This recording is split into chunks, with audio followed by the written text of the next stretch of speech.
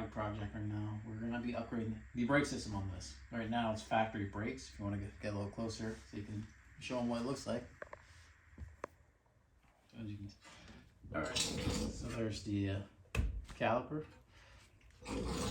We got the rotor, so we're gonna take the caliper off and keep going from there. We gotta take the caliper off first, and once I take the caliper off, we should be able to remove the brake rotor. So let me take the lug nuts off.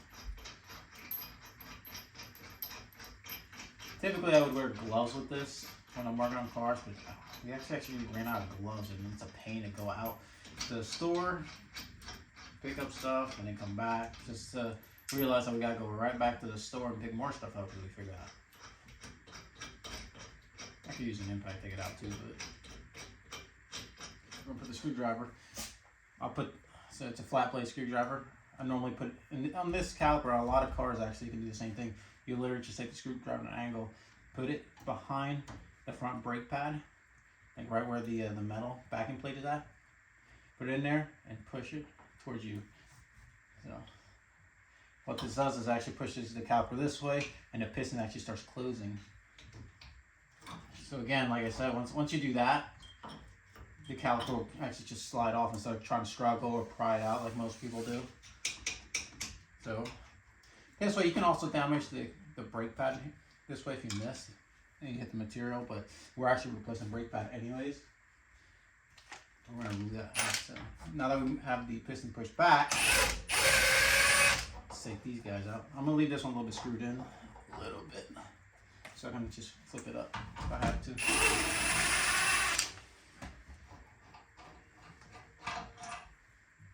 Look at that bolt.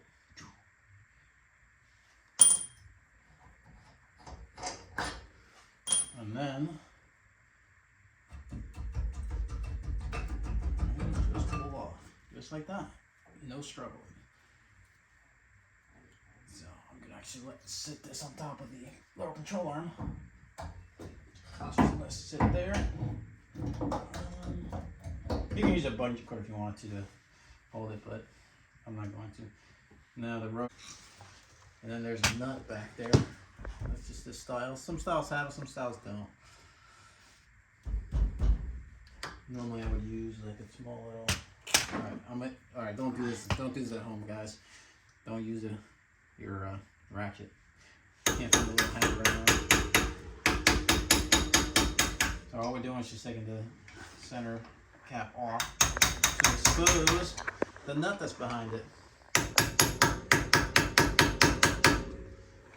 Just go around it, just loosen it up.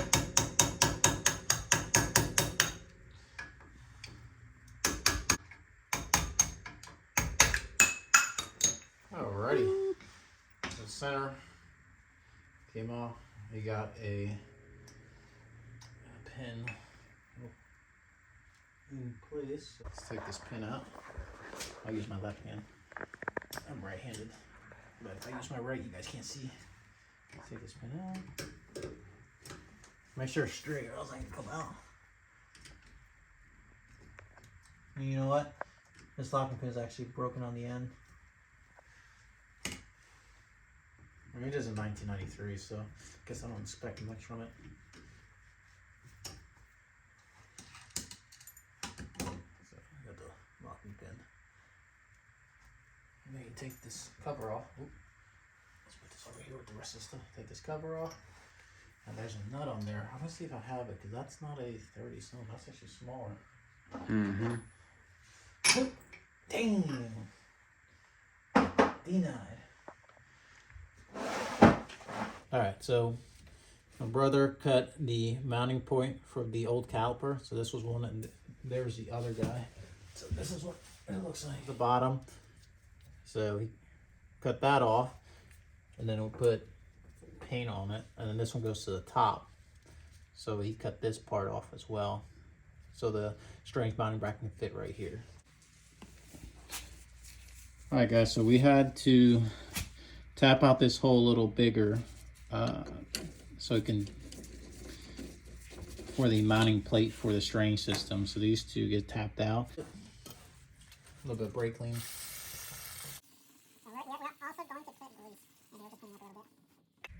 these go outboard. So looks like, yeah. I guess that's what, I mean, the inboard side would have been about inboard side. I'm gonna grab blue lock pedal off. This one, blue. No, looks blue.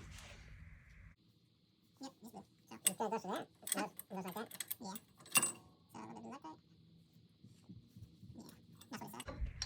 I was thinking the other way. Well, these were facing the other direction. But it makes sense. Because when it was this way, it would hit this. Okay. So remember? Yep. So yeah, it makes sense. Now it's better because it's not hitting it. Right. Now the bolt can go straight through. Oh.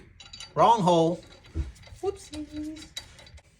Next step. I don't think these bearings are labeled. It says strange. No label on them. So we're gonna start selling the bearings so we can put it in there. So we're gonna put the studs in a while, and then we'll put the grease afterwards. So we're gonna put the wheel studs. The wheel studs, Strange tells you to put blue lock that on now, so we will do that. There is a torque spec on them too. You know what the torque spec is? What does it say on it? It's in that picture image. I'll also put the picture image on here so you guys can see what I'm reading.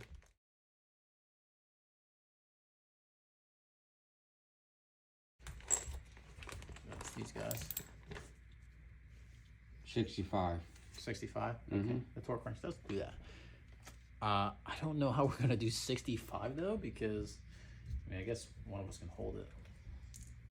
Yeah, that's why I put the blue lock pad on, just a little bit towards the back, because the reason I want to put it in front is this is just gonna run all the way straight through, and then you'll have blue lock pad all the way to the back. So just put it to the back. You can easily measure it by putting the bolt right here, and get estimate where the blue lock should be. I screw it in until it goes all the way.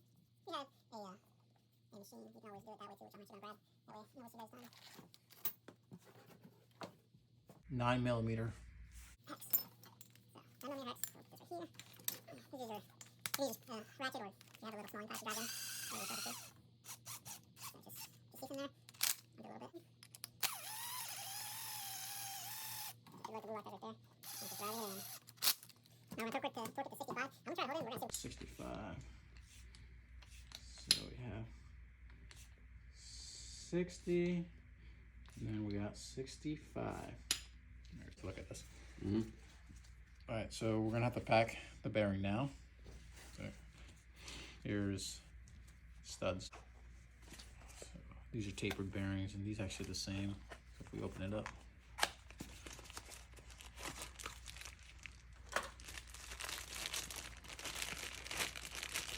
The bearings only fit one way on the hub. So this is tapered bearing. The old bearing, actually, I'll show you what the old bearing looked like. So this is the front. Well, this is the back and the front, but look at the old bearing. Look how it flexes. It's made of not even metal. It's not even metal cage on. It's just plastic cage. Well, this is a full metal cage. Look like this. You take the small one, just like that, right in the front, and the back one. Of course, we got a pack of grease first. High performance grease, high performance bearing grease. So it looks like that. See, bearing in the front, bearing in the back, and then once this sits on there, there's going to be like a seal back here as well. So there's a seal in the back of the hubs as well. So it just hold the bearing in place. And once these bearings are in place, so you're looking at it. Once these bearings are in place, so we'll pretend this is the back of the hub. This is what it's going to look like. It just goes on. It just slides on there. Well, it'll slide on there with the hub. But you get the idea. They just go on. They slide on, just like that. And then they seat back here. So it'll seat, and the hub will right around the outside. So I chose to go with the Red and Tacky Grease by Lucas.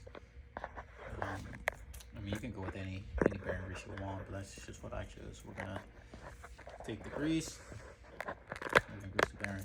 Before I grease the bearing, I'm gonna actually grease a little bit of the hub. So I'm gonna go in here. I'm good.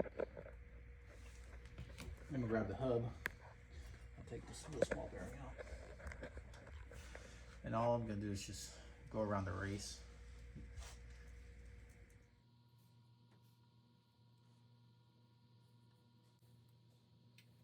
Something like that.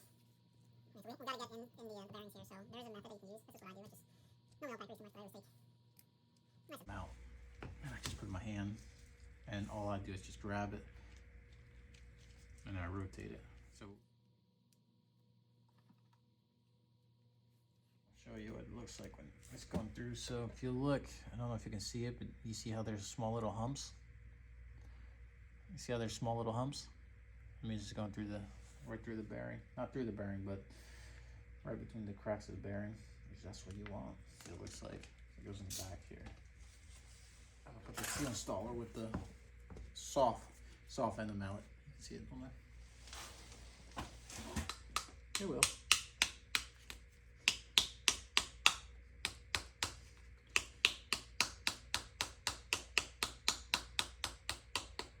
Just like that, and it'll look like that. So, and it'll be flush. If you go spin it around, just make sure the race on the seal is flush with the race on the hub itself. So now we deal with the front end. Once we put the front bearing on, this will just go over top. There is a washer. So I'll show you. So there's this for the front, but there's a washer. So this is a washer that came with the car originally. We're gonna be using that, and we're gonna place it in back of the front bearing. Remember I was telling you don't overpack it? So here's the old one. So I don't know if you guys can see it. It's grease in the center, and then in the middle it's not really that much, but then the other side there's some. So the bearing's out on the front end, but it's not too much. Got the front bearing in, has some grease in there.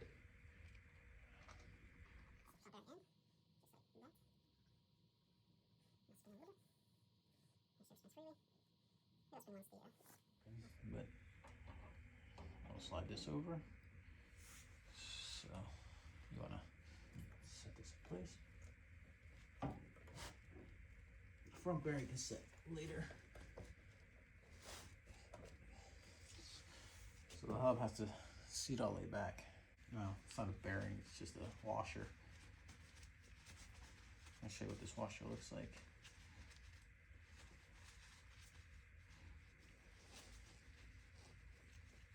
So the old washer, I'm wiping off the old seal. I mean, not seal, the old grease. old grease. I don't know if I need grease on there. Just a little bit. Not need too much. Latte. Put some of that on. Alright. So the torque right here.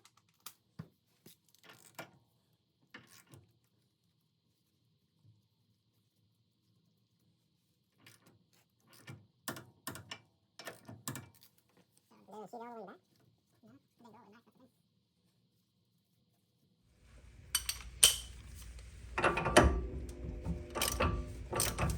Perfect. You got grease on the back of it. Yeah, I will. That makes sense.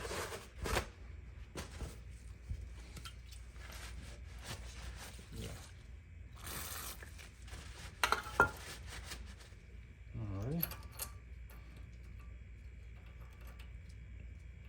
Well, alrighty.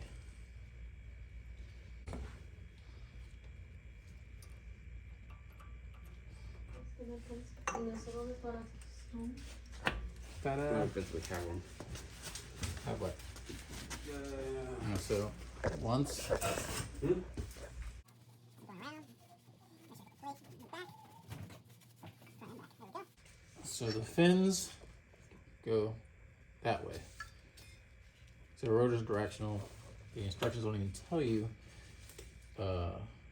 Well, not the instructions, but the rotor don't tell you left or right. But put this on. Wrong.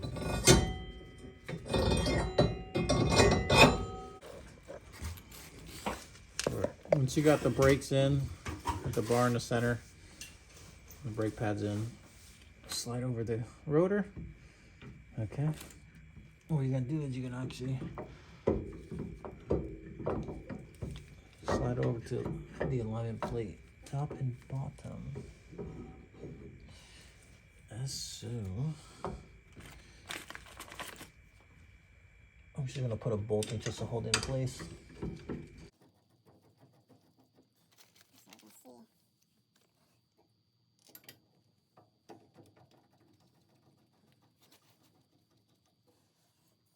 So, alright guys, so you see how there's barely any space on the right one, there's a lot of space on the left side, so we have to shim the back of these calipers. So the shims are actually going to go right in between the plate and the caliper mounting. So we're going to put shims in there enough to get this guy, the left side, to look like the right. So let's do that real quick.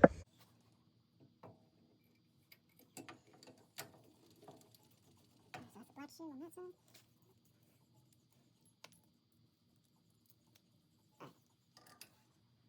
On the bottom, just flip out the caliper a little bit.